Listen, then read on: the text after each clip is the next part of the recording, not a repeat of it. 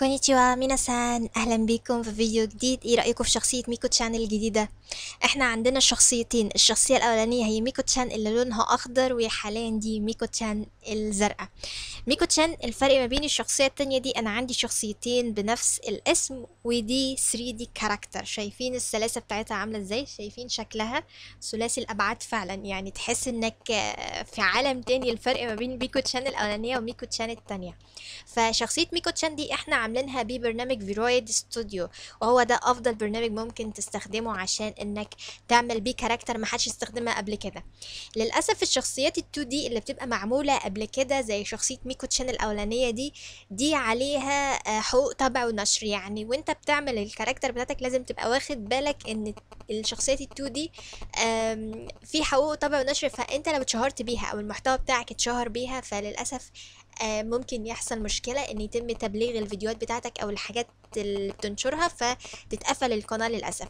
فاحنا بنفضل ان على الاقل يكون عندك شخصية معمولة قبل كده عشان تقدر انك تستعملها بمعنى اصح، محدش يجيب عليك اي مشكلة او اي حاجة، لانه انتوا عارفين ان القناة اخدت انذارين 3 خلاص كده القناة راحت. فخليك ماشي قانوني من الاول، وحاول تعمل لك شخصية من البداية من غير ما يبقى فيه اي انذارات او اي حاجة.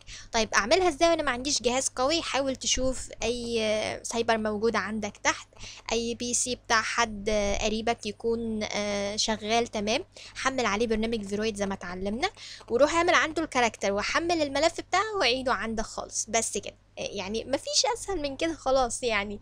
فعيني الكاركتر عندك وخلاص، دي بقت شخصيتك، محدش يقدر يقولك حاجة عليها ولا يقولك دي شبه الشخصية بتاعتي ولا لا. دي شخصيتك انت اللي تقدر تستخدمها من غير اي مشاكل نهائية. طيب شخصية ميكو تشان اللي موجودة قدامكم دي احنا هنبدأ بيها، هنستمر بيها في فيديوهاتنا الجاية بإذن الله، عشان يبقى كل حاجاتنا كده مفيش فيها مشكلة وماشيين امورنا تمام. اتكلمنا المرة اللي فاتت على فيرويد ستوديو ازاي نعمل بالكاركتر بتاعنا، لكن ما اتكلمناش عن ان ازاي ممكن ان احنا نحرك الكاركتر دي. فانا بستخدم برنامج اسمه في ماجيك ميرور.